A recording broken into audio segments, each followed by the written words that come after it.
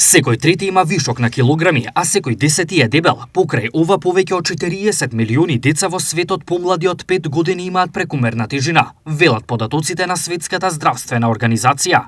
Како дебелината влијае на здравјето? Дебелината представува еден сериозен здравствен проблем со кој што се соочуваме во секојдневието. Таа е присутна се повеќе и почесто помеѓу помладите. Таа влијае врз здравјето на тој начин што го покачува нивото на холестерол во крвта, ја зголемува телесната тежина и на тој начин го попречува секојдневието на еден поединец. Она што е малку познато е дека ризикот од здравствени проблеми започнува кога некој има и малку поголема тежина, а ризикот се зголемува со зголемување на килограмите. Кои се најголемите последици од прекумерна тежина? Најголеми последици од прекумерната тежина на прво место го ставаме дијабетот, покачување на нивото на холестерол во крвта или дислепидемија.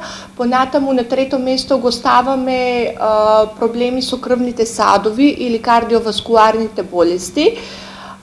И може да доведе до низа сериозни пореметувања како што се Науката како последица од прекумерна тежина ги детектира депресијата и анксиозноста.